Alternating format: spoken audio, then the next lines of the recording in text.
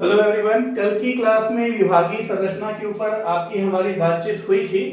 तो आज जो सेकंड सेशन है, आज हम बात करेंगे आईसीडीएस के ऊपर, समेकित बाल विकास योजना के ऊपर या समेकित बाल विकास परियोजना के ऊपर। तो इसमें सबसे पहले ध्यान रखिएगा, जो विभागीय प्रशासनिक ढांचा हमने आपको बताया था उसके अंतर्गत जिला स्तर पर जो संरचना हमने आपको बताई थी, तो उसमें एक शब्द प्रयोग किया हुआ था प्रशासनिक अधिकारी के स्थान पर परियोजना अधिकारी। परियोजना अधिकारी, तो ये मैं इसलिए आपको बता रहा हूं कि जो परियोजना अधिकारी होता है इसको बाल विकास विभाग परियोजना अधिकारी या बाल विकास परियोजना अधिकारी के नाम से जाना जाता है, बाल विकास परियोजना अधिकारी। और जो सुपरवाइजर हैं वो इसके अंडर में होते हैं और सुपरवाइजर के अंडर में आंगनबाड़ी कार्यकर्ता होते हैं। तो बाल विकास परियोजना अधिकारी जो होता है वो ICDS integrated child development scheme, मतलब कि समेकित बाल विकास सेवा परियोजना जो है इसका प्रमुख कार्यकर्ता होता है। तो एक चीज ध्यान रखिएगा कि आईसीडीएस का प्रमुख कार्यकर्ता कौन होता है पूछा जाए तो आपके प्रश्न का उत्तर है कौन? बाल विकास परियोजना अधिकारी जो है आईसीडीएस का प्रमुख कार्यकर्ता होता है।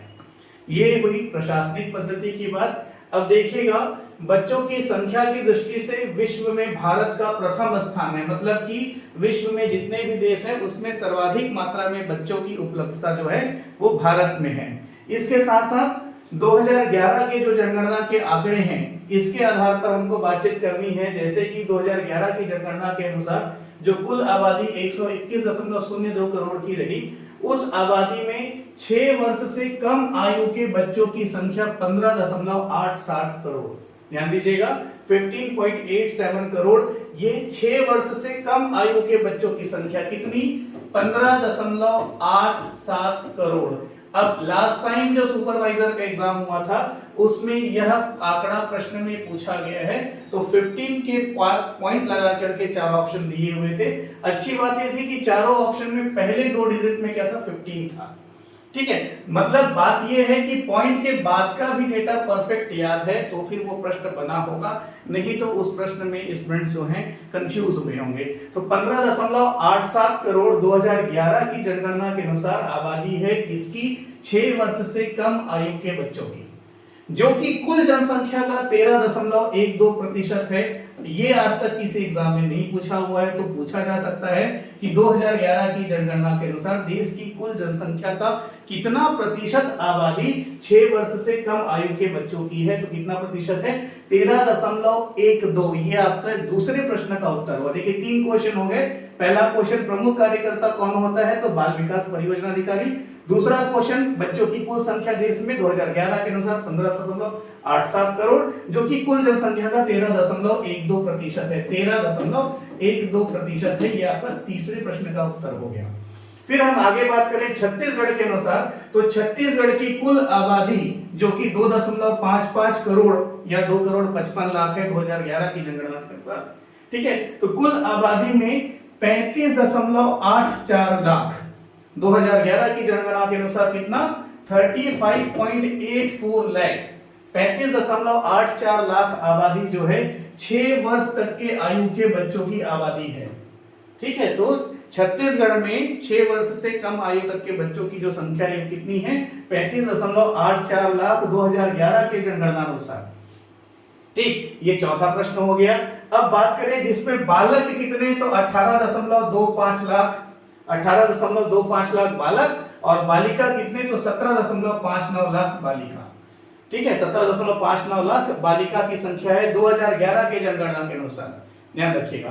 ठीक है, तो कुल आबादी में 6 वर्ष से कम आयु के बच्चों की जो संख्या है वो 14.03% है। जैसे देश के परिप्रेक्ष्य में बात होगी तो आंसर होगा 13.12%। वही छत्तीसगढ़ राज्य के परिप्रेक्ष्य में जब बात होगी तो आंसर होगा 14.03%। ये ध्यान में रखना है। तो इस तरह से आंकड़ों को लेकर के यहाँ पर 7-8 क्वेश्चन महत्वपूर्ण बनते हैं। ये सारा कुछ आपको पेन डाउन कर लेना है। पेन डाउन नहीं भी कर रहे हैं तो ध्यान से सुनिए, अपने आप आंसर्स आपको याद हो जाएंगे।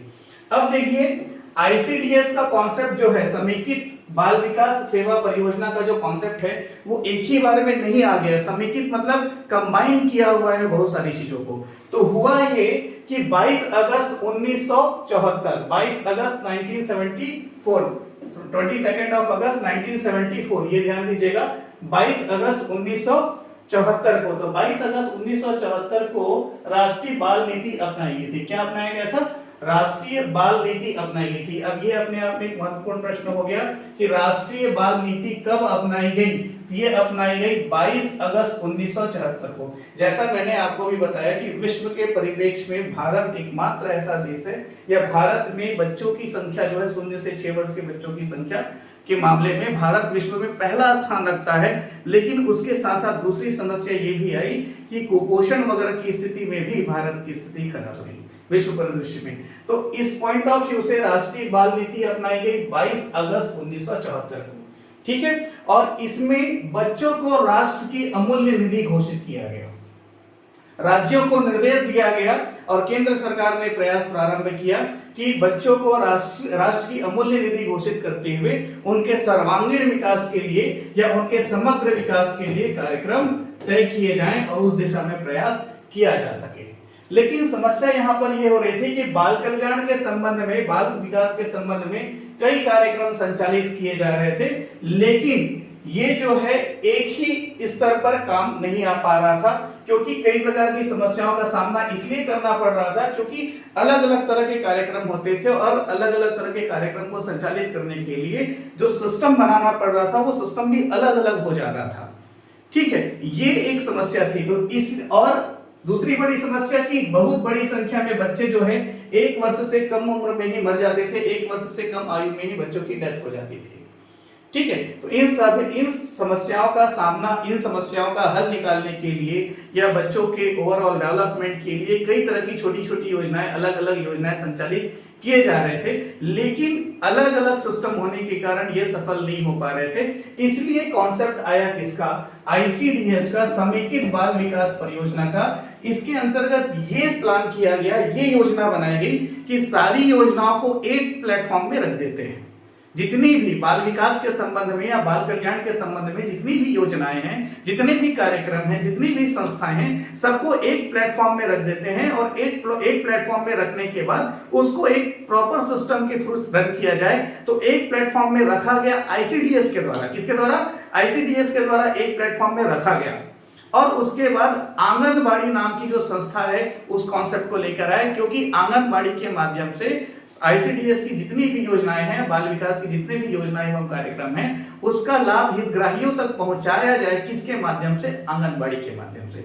तो आंगनबाड़ी वो इंपॉर्टेंट स्टेप है, वो महत्वपूर्ण कदम है जिसके माध्यम से आईसीडीएस सफल हो पाया। तो अब आगे देखिएगा, परीक्षा के दृष्टिकोण से आईसीडीएस बनाने का कारण क्या था ये तो हमको समझ में आ रहा है। फिर आगे देखिए, पहले क्या हुआ? गांधी जी की 106वीं जयंती पर 2 अक्टूबर 1975, अभी देखिए ये अगला डेट इंपॉर्टेंट हो गया, ठीक। कब? गांधी जी की 106वीं जयंती पर। तो ये भी ध्यान में रखना है कि गांधी जी की कौन सी जयंती पर, कब? 2 अक्टूबर 1975। बहुत महत्वपूर्ण है ये वाला डेट, आपको ध्यान में रखना है। तो 2 अक्टूबर 1975 गांधी जी की 106वीं जयंती पर आईसीडीएस के कॉन्सेप्ट के साथ पूरे देश के 33 विकास खंडों के 4891 आंगनबाड़ी केंद्रों के माध्यम से आईसीडीएस योजना का शुभारंभ किया गया, ठीक है। कब?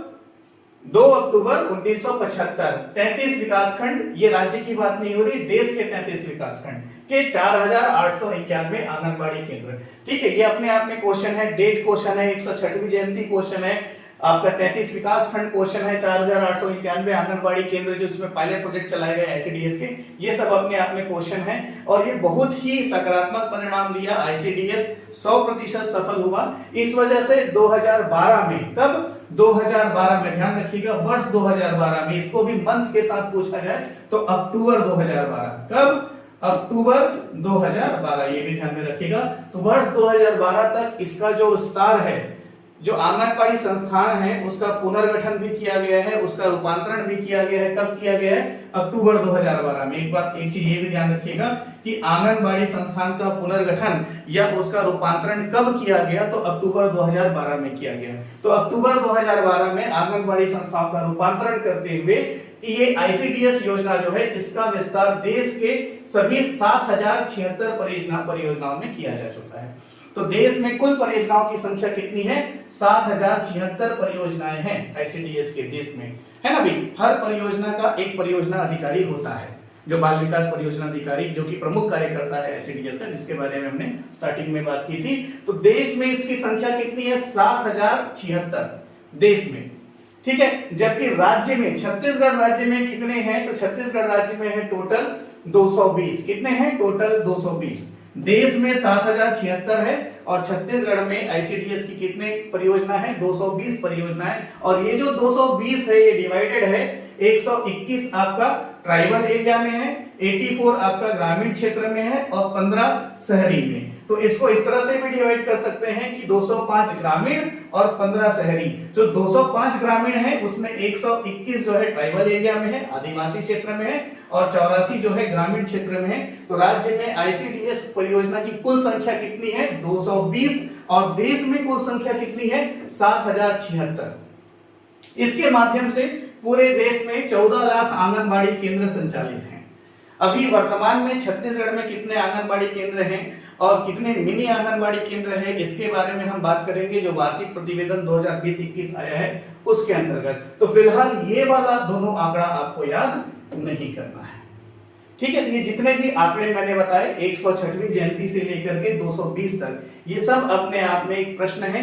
ये भी ध्यान में आपको रखना है कि अक्टूबर 2012 में आंगनबाड़ी कार्यक्रम का पुनर्गठन हुआ या उसका रूपांतरण हुआ। कब हुआ? अक्टूबर 2012 में। ये भी अपने आप में एक क्वेश्चन है। चलिए फिर हम बात करते हैं आईसीडीएस के उद्देश्य क्या रहे, ठीक है। तो आईसीडीएस के जो उद्देश्य रहे, इसके समेकित बाल विकास सेवा परियोजना के ऑब्जेक्टिव क्या है या उसके उद्देश्य क्या है? तो ये उसके उद्देश्य हैं। पहला है बच्चों के सर्वांगीण विकास के अंतर्गत मानसिक विकास, शारीरिक विकास, सामाजिक विकास की नींव डालना। दूसरा, 0 से 6 वर्ष तक के आयु के बच्चों में पोषण व स्वास्थ्य की स्थिति को सुधारना, पोषण व स्वास्थ्य। तीसरा, मातृ मृत्यु दर, शिशु मृत्यु दर, कुपोषण, रुग्णता और बीच में स्कूल छोड़ने की घटनाओं में कमी लाना। चौथा है बाल विकास को बढ़ावा देने हेतु विभिन्न विभागों में नीति निर्धारण और कार्यक्रम लागू करने में प्रभावी तालमेल कायम करना। छठवां है उचित सामुदायिक शिक्षा के माध्यम से बच्चों में सामान्य स्वास्थ्य, पोषण तथा विकास संबंधी अवधारणाओं की देखभाल के लिए माताओं की क्षमता बढ़ाना। ये 6 ऑब्जेक्ट हैं किसके? आईसीडीएस के। अब ये एक इंपॉर्टेंट क्वेश्चन बनता है कि इनमें से क्या-क्या आईसीडीएस या समेकित बाल विकास सेवा परियोजना के उद्देश्य हैं या नहीं हैं। तो टोटल कितने हैं? 6 उद्देश्य हैं और आईसीडीएस के माध्यम से कुल 6 प्रकार की सर्विस या 6 प्रकार की सेवाएं जो है उपलब्ध कराई जाती है। 6 प्रकार की सर्विस या 6 प्रकार की सेवाएं उपलब्ध करवाई जाती है। देखते हैं ये कौन कौन सा है। देखिए इसके अंतर्गत आईसीडीएस के अंतर्गत समेकित बाल विकास सेवा परियोजना के अंतर्गत 6 प्रकार की सेवाएं दी जा रही है। कितने प्रकार की?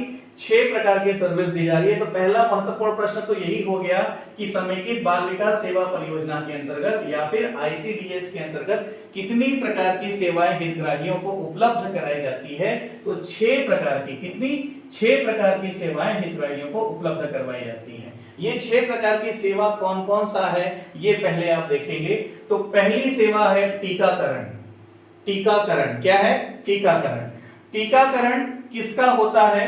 तो 0 से 6 वर्ष तक के समस्त बालक बालिका या 0 से 6 वर्ष तक के बच्चे, कुछ जैसे जन्म के समय ही लगता है, फिर 1 माह बाद, 3 माह बाद, 6 माह बाद, 9 माह बाद, 1 वर्ष बाद, 3 वर्ष बाद अलग अलग टीके बच्चों को लगाए जाते हैं, ठीक है। तो 0 से 6 वर्ष तक के समस्त बच्चे टीकाकरण के लिए एलिजिबल हैं, उनका टीकाकरण होता है।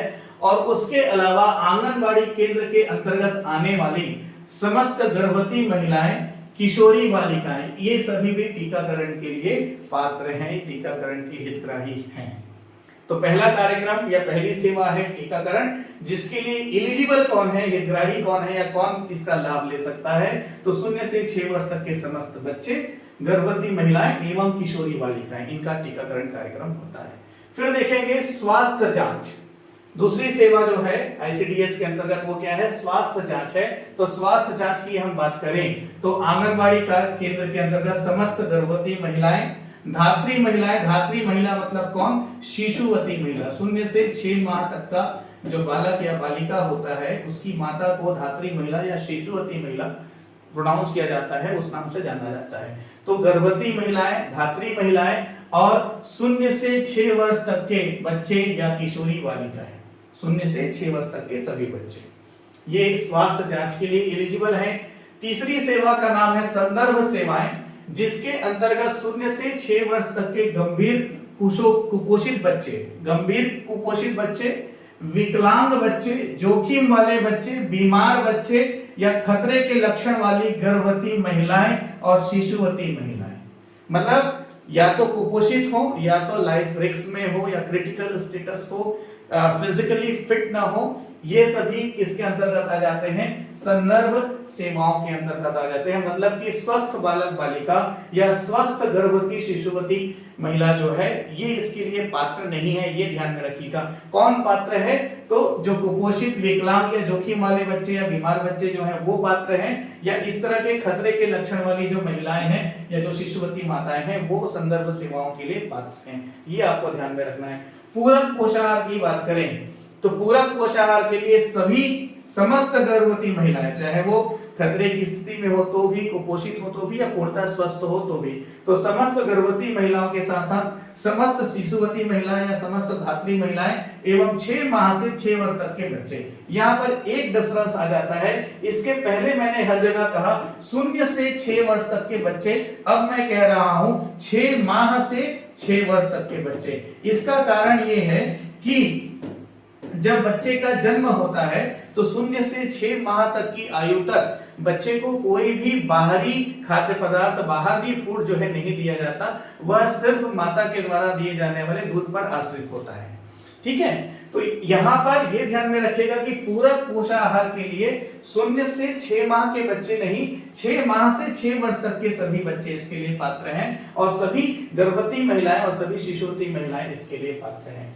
स्वास्थ्य पोषण एवं शिक्षा, तो स्वास्थ्य पोषण एवं शिक्षा के अंतर्गत हम बात करें तो 15 से 45 साल की महिलाएं, 15 से 45 साल की महिलाएं, लास्ट टाइम जो सुपरवाइजर का एग्जाम हुआ था उसमें यह प्रश्न आया हुआ था, तो उसमें ये एज लिमिट को लेकर के प्रश्न पूछा गया था कि स्वास्थ्य पोषण एवं शिक्षा के लिए महिलाओं का जो आयु वर्ग है वो क्या है, तो 15 से 45 वर्ष की महिलाएं, 15 से 45 से 15 और 45 दोनों शामिल है। ठीक है, सभी गर्भवती महिलाएं, धात्री माताएं या शिशुवती माताएं एवं किशोरी बालिकाएं, ठीक है, 11 से 14 वर्ष की किशोरी बालिकाएं, ये सभी इसके लिए पात्र हैं। किसके लिए, स्वास्थ्य पोषण एवं शिक्षा के लिए। फिर शाला पूर्व अनौपचारिक शिक्षा, तो बच्चों के सर्वांगीण विकास के उद्देश्य से अनौपचारिक शिक्षा का प्रावधान आंगनबाड़ी केंद्र या आंगनबाड़ी संस्थाओं में किया गया है।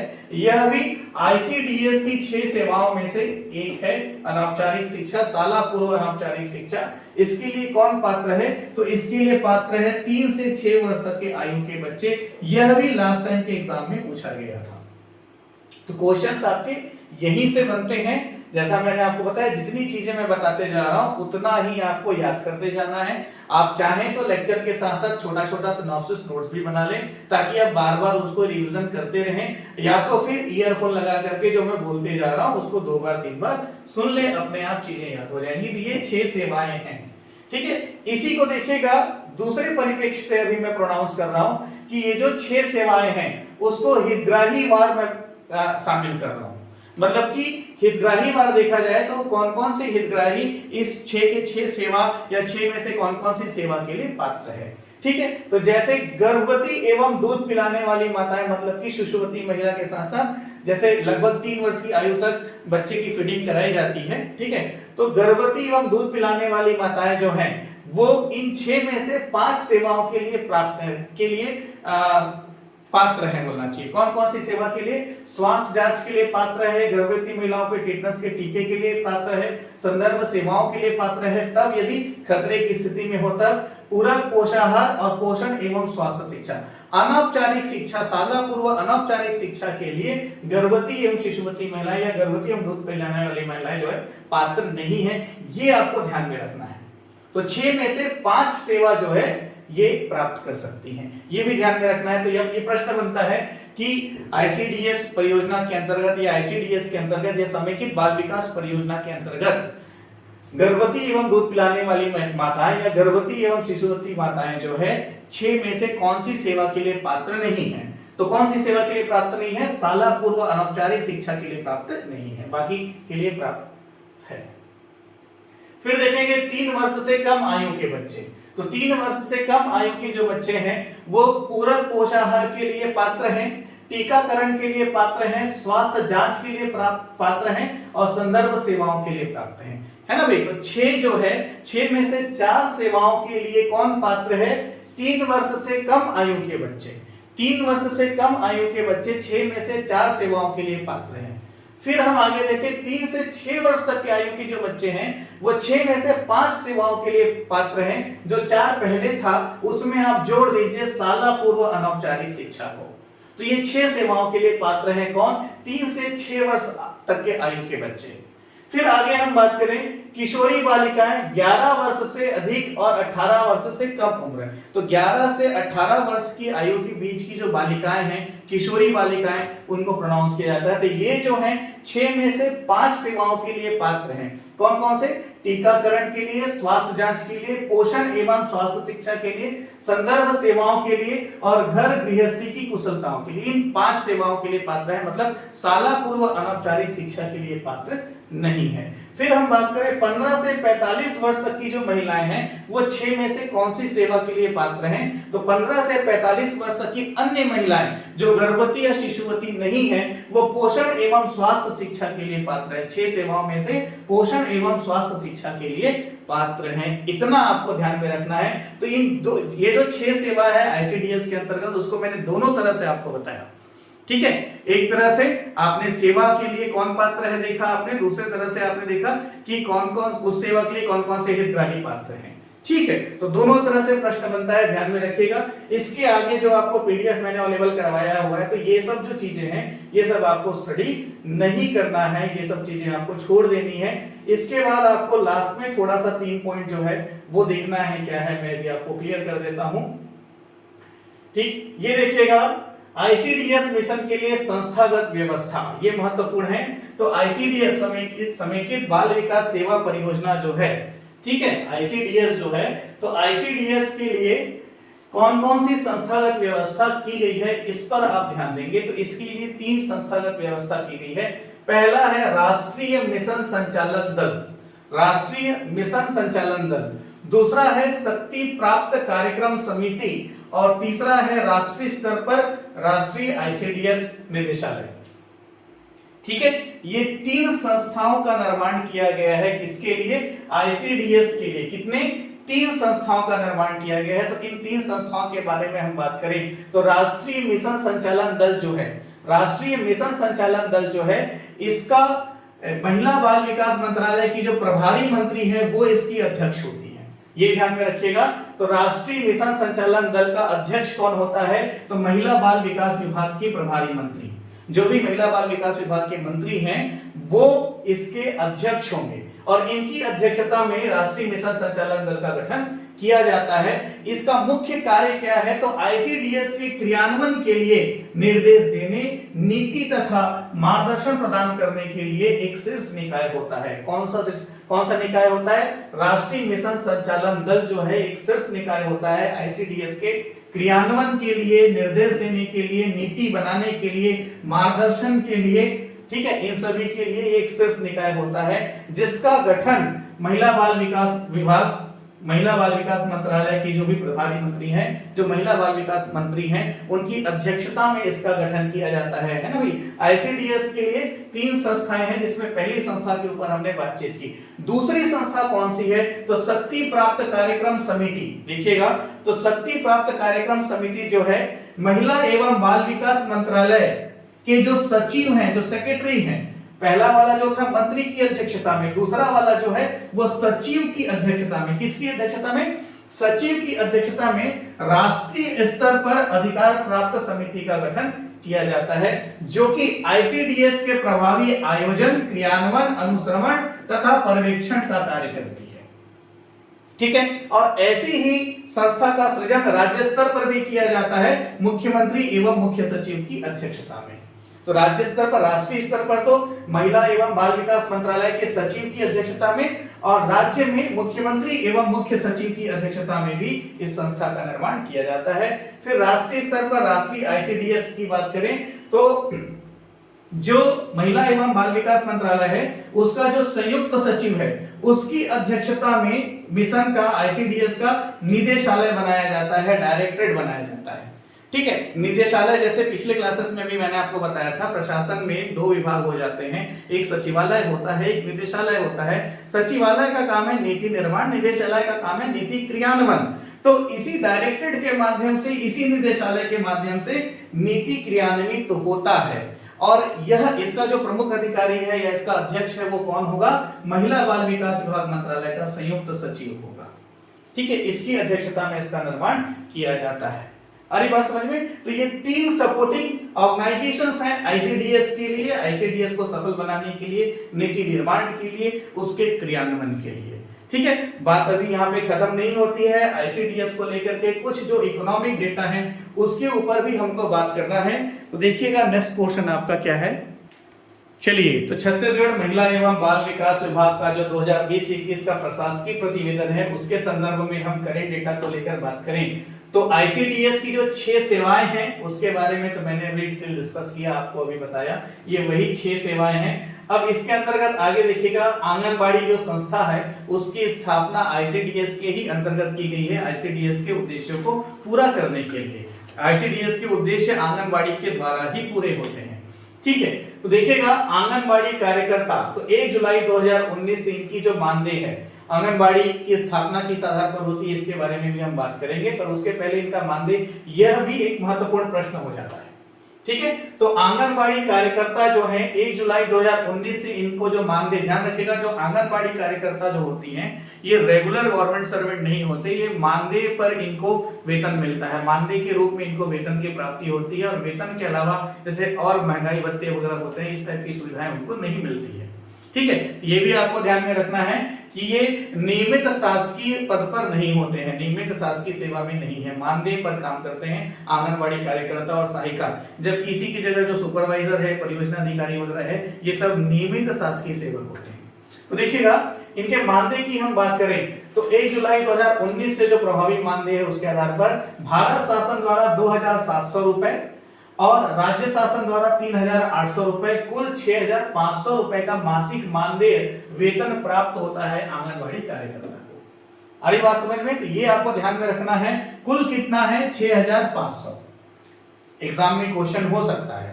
ठीक है, जिसके अंतर्गत 2700 रुपए भाग केंद्र सरकार से मिल रहा है, 3800 रुपए राज्य सरकार द्वारा शामिल है। फिर आगे हम देखें आंगनबाड़ी सहायिका, तो आंगनबाड़ी सहायिका 1350 रुपए केंद्र सरकार से और 1900 रुपए राज्य सरकार से, कुल 3250 रुपए का वेतन इनको मिल रहा है। ठीक है, तो जो आंगनबाड़ी कार्यकर्ता को मिलता है उसका ठीक आधा आंगनबाड़ी सहायिका को है। मिनी आंगनबाड़ी कार्यकर्ता को केंद्र सरकार द्वारा 2100 और राज्य शासन द्वारा 2400, कुल 4500 रुपए का मासिक मानदेय वेतन प्राप्त होता है। ठीक है, यूनिफॉर्म की बात करें तो 2 यूनिफॉर्म प्रति वर्ष 400 रुपए के प्रति के 400 रुपए प्रति यूनिफॉर्म नग के हिसाब से 2 यूनिफॉर्म, तो एक वर्ष में 2 यूनिफॉर्म 400 टोटल 800 रुपए। मृत्यु उपरांत सहायता राशि वगैरह जो है ये 50,000 रुपए है। और इसके अलावा आंगनबाड़ी कार्यकर्ता को पर्यवेक्षक पर सीमित सीधी भर्ती का अवसर, जैसे अभी भी नोटिफिकेशन आया है तो आपने देखा होगा कि आधे पद जो हैं वो परिसीमन भर्ती के लिए रिजर्व किए गए हैं। मतलब परिसीमन मतलब वो भर्ती जो इसमें वो अप्लाई कर सकते हैं जो पिछले 10 वर्ष से आंगनबाड़ी कार्यकर्ता के रूप में कार्य कर रहे हैं या जिनको 10 वर्ष का अनुभव है आंगनबाड़ी कार्यकर्ता के रूप में। ठीक है, तो जो भी भर्ती होगी तो 50% पदों पर आंगनबाड़ी कार्यकर्ताओं की परिसीमन भर्ती या परिसीमित सीधी भर्ती का अवसर दिया जाएगा, ये भी प्रावधान है। और आंगनबाड़ी सहायिका को आंगनबाड़ी कार्यकर्ता के पद पर भी चयन का अवसर प्रदान किया जाता है। ठीक है, तो ये सेवाएं और मानदेय आंगनबाड़ी कार्यकर्ता को प्राप्त होते हैं। फिर इसके अलावा हम देखें आंगनबाड़ी स्वीकृति के मापदंड, पिछली परीक्षाओं में भी इसको लेकर के एग्जाम में प्रश्न आए हुए हैं, पिछली परीक्षाओं में भी इसको लेकर के एग्जाम में प्रश्न आए हुए हैं। ठीक है, तो इसमें देखिएगा आंगनबाड़ी का निर्माण कैसे होता है, तो 400 से 800 की जनसंख्या पर, ये देखिए पहले है ना, किस क्षेत्र की हम बात कर रहे हैं, ग्रामीण क्षेत्र या शहरी क्षेत्र, ग्रामीण क्षेत्र या शहरी क्षेत्र में आंगनबाड़ी परियोजना में आंगनबाड़ी केंद्र के लिए क्या, तो 400 से 800 की जनसंख्या पर एक आंगनबाड़ी केंद्र, यदि आबादी 400 से 800 की होगी तो एक आंगनबाड़ी केंद्र ग्रामीण या शहरी परियोजना क्षेत्र में, और 800 से 1600 यदि आबादी है तो 2 आंगनबाड़ी केंद्र, और 1600 से 2400 की आबादी है तो 3 आंगनबाड़ी केंद्र, और 3 से अधिक आंगनबाड़ी केंद्र का प्रावधान कहीं पर लिखित नहीं है। तो कहीं पर भी आपको अधिकतम कितने आंगनबाड़ी केंद्र मिलेंगे, तो 3, अधिकतम आंगनबाड़ी केंद्र की संख्या कितनी, 3 दिखाई पड़ती है किसी एक ग्रामीण या शहरी क्षेत्र में। ठीक है, इस तरह से मतलब शहरी क्षेत्र में तो अलग अलग डिवाइड हो जाता है। तो ठीक है, तो ये आपको क्या याद रखना है, जनसंख्या के परिप्रेक्ष्य में याद रखना है। किस परिप्रेक्ष्य में याद रखना है, जनसंख्या के परिप्रेक्ष्य में 400 से 800 में 1, 800 से 1600 में 2, और 1600 से 2400 में 3 आंगनबाड़ी केंद्र। ठीक, फिर ग्रामीण या शहरी क्षेत्र में मिनी आंगनबाड़ी, देखिएगा ये आंगनबाड़ी केंद्र हुआ और ये मिनी आंगनबाड़ी केंद्र हुआ। तो मिनी आंगनबाड़ी केंद्र की बात करें तो 150 से 400 की जनसंख्या पर, बहुत महत्वपूर्ण है, ध्यान रखिएगा, 150 से 400 की जनसंख्या पर एक मिनी आंगनबाड़ी केंद्र का प्रावधान है। 150 से 400 की जनसंख्या पर एक मिनी आंगनबाड़ी केंद्र का प्रावधान है। 400 से 800 होगा तो फिर एक प्रमुख आंगनबाड़ी केंद्र जो है वो स्थापित किया जाएगा। फिर इसी को हम बात करें आदिवासी क्षेत्र में, ठीक है, तो आदिवासी क्षेत्र में 800 तो सेम है, ये जो 400 है ये रिप्लेस हो जाता है 300 से। कितना, तो 300 से 800 आदिवासी क्षेत्र की हम बात करें या पहाड़ी क्षेत्र की हम बात करें या दुर्गम क्षेत्र की हम बात करें, तो यहाँ पर जो आंगनबाड़ी केंद्र एक स्थापित होता है वो 300 से 800 की जनसंख्या पर होता है। 300 to 800 पर एक आंगनबाड़ी केंद्र स्थापित होता है, और 150 से 300 की जनसंख्या पर एक मिनी आंगनबाड़ी केंद्र स्थापित होता है। ठीक है, तो ये ध्यान में रखिएगा कि आंगनबाड़ी केंद्र की स्थापना का आधार क्या है, तो आधार है जनसंख्या। क्या है आधार, जनसंख्या आधार है। तो जनसंख्या का आधार किस प्रकार से है ये अभी यहाँ पर आपको बताया गया।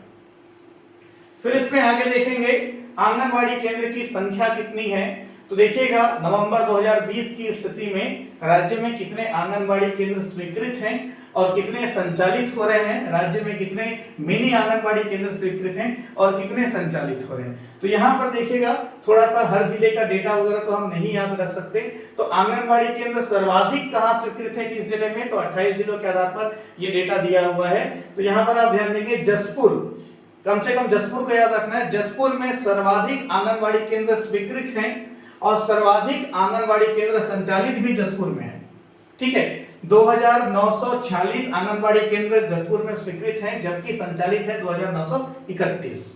और दूसरा स्थान है रायगढ़ का, किसका, दूसरा स्थान है रायगढ़ का, 2896 आंगनबाड़ी केंद्र स्वीकृत हैं और 2894 आंगनबाड़ी केंद्र यहाँ पर संचालित हैं। कहां पर, रायगढ़ में। ठीक है, तो सर्वाधिक में जसपुर, फिर दूसरा स्थान रायगढ़, और न्यूनतम में हम बात करें तो न्यूनतम में आपका है गौरेला पेंड्रा बरवाही में 762 आंगनबाड़ी केंद्र स्वीकृत हैं और 762 संचालित हैं, और दूसरा स्थान इसमें आपका आ जाता है सुकमा का, 996 आंगनबाड़ी केंद्र स्वीकृत हैं, जिसके अंतर्गत 915 आंगनबाड़ी केंद्र संचालित हैं। ठीक है, तो सर्वाधिक 2 और न्यूनतम 2 जिले जो है वो नाम कम से कम आप एग्जाम के लिए ध्यान में रखिएगा। और ओवरऑल बात की जाए तो राज्य में 46,660, ये इंपॉर्टेंट है एग्जाम के पॉइंट ऑफ व्यू से, 46,660 आंगनबाड़ी केंद्र संचालित केंद्र स्वीकृत हैं। ठीक है, छत्तीसगढ़ राज्य में जैसे पूरे देश में 14.03 लाख हमने आपको बताया था, तो राज्य में छत्तीसगढ़ राज्य में 46,660 आंगनबाड़ी केंद्र स्वीकृत हैं, जिसके अंतर्गत 45,901 आंगनबाड़ी केंद्र संचालित हैं। 46,660 स्वीकृत हैं और 45,901 आंगनबाड़ी केंद्र संचालित हैं, दोनों में थोड़ा सा डिफरेंस है, ध्यान में रखिएगा। और राज्य में 5,814 आंगनबाड़ी केंद्र स्वीकृत हैं राज्य में 5814 आंगनबाड़ी केंद्र स्वीकृत हैं और 5623 आंगनबाड़ी केंद्र संचालित, मिनी आंगनबाड़ी केंद्र संचालित हैं। तो ये मुख्य आंगनबाड़ी केंद्र हुआ और ये मिनी आंगनबाड़ी केंद्र हुआ। तो राज्य में आंगनबाड़ी केंद्र की कुल संख्या कितनी है जो संचालित है? 4,45,901। ध्यान रखिएगा, स्वीकृत बोले तो आंसर अलग है, संचालित बोले तो दोनों में आंसर अलग है। ठीक है, ये आंगनबाड़ी केंद्र हुआ और ये मिनी आंगनबाड़ी केंद्र हुआ। तो एक बार आप मेरे साथ रिपीट करके आंसर करेंगे।